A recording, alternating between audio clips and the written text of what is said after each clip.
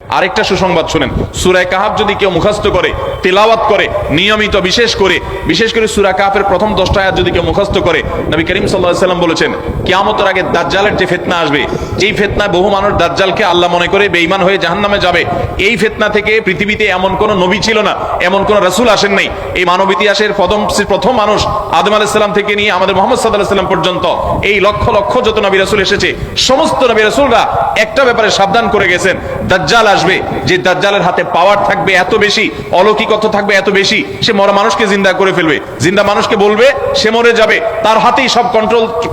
Controlling পাওয়ার থাকবে, দুনিয়ার সমস্ত রিজিক তার হাতে কক্ষিগত থাকবে, এমন পাওয়ার থাকবে তাকে দেখে মানুষ বলবে হ্যাঁ এই তো আল্লাহ, এই তো সবকিছু পারে, বেঈমান হয়ে যাবে।